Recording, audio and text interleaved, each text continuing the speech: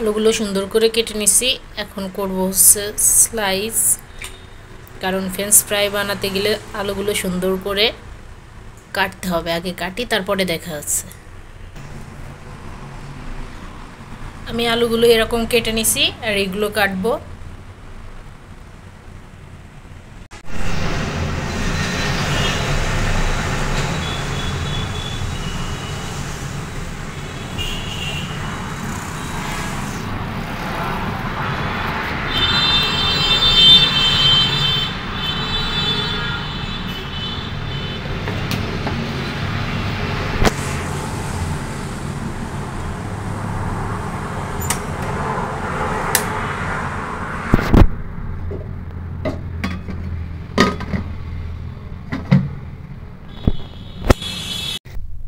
আলুগুলো ভাজবো, ভাজার পরে ফ্রেঞ্চ ফ্রাই হয়ে যাবে।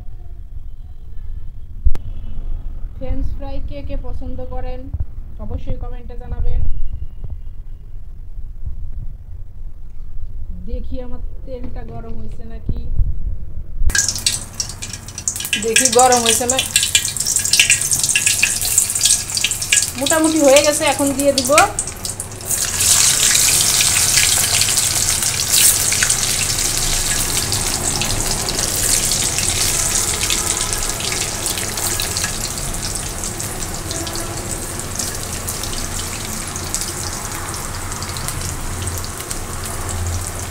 বাচ্চাদের টিফিনের জন্য এটা দিতে পারেন, এটা অনেক সুন্দর হয়।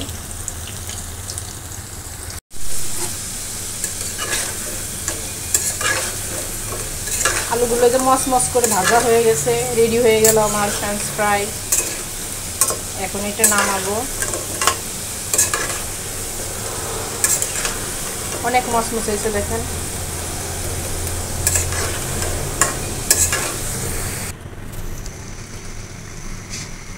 এই যে এটা ভাজা হয়ে গেছে, এখন আমি আরোগুলো দিয়ে দিব হচ্ছে কড়াইতে তেলের উপরে।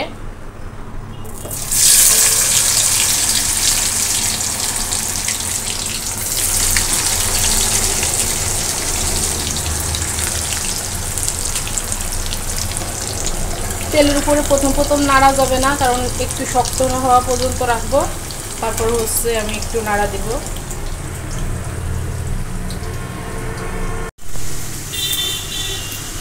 খুব সহজে এই যে করে ফেলাই দিলাম, রেডি আলু দিয়ে ফ্রেঞ্চ ফ্রাই। এখন এইটা সস দিয়ে খাওয়া যাবে। তারপর আরেকটা সিক্রেট বলে দিই, শুকনা মরিচ, বিট লবণ, এটা হচ্ছে শুকনোগুলাই ভেজে এটা শিলপাটাই কিংবা ব্লেন্ডারে যেটাই করেন না কেন সেইটাই মিহি করে তারপর হচ্ছে হালকা একটু চিনি দিয়ে যদি এর উপরে ছড়াই দেওয়া যায় অনেক সুন্দর হয়, কিন্তু সঙ্গে সঙ্গে খেয়ে ফেলাতে হবে, না হলে নরম হয়ে যাবে। দেখেন আমার এই ফ্রেঞ্চ ফ্রাইগুলো কত ক্রিস্পি হয়েছে, গরম।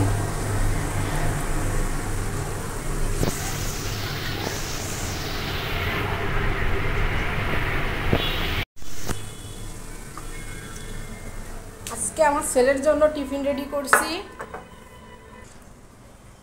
এই যে বাচ্চার টিফিন রেডি করব, এই যে বাটি। এখন তো ডিব্বার সসগুলো দেওয়া যাবে না, দিলে ওইটা নরম হয়ে যাবে, তার জন্য আমি যে প্যাকেটের সসগুলো দিয়ে দিব, আর এইগুলা দিয়ে এখন ওর টিফিনটা রেডি করে দিব, চলে যাবে স্কুলে।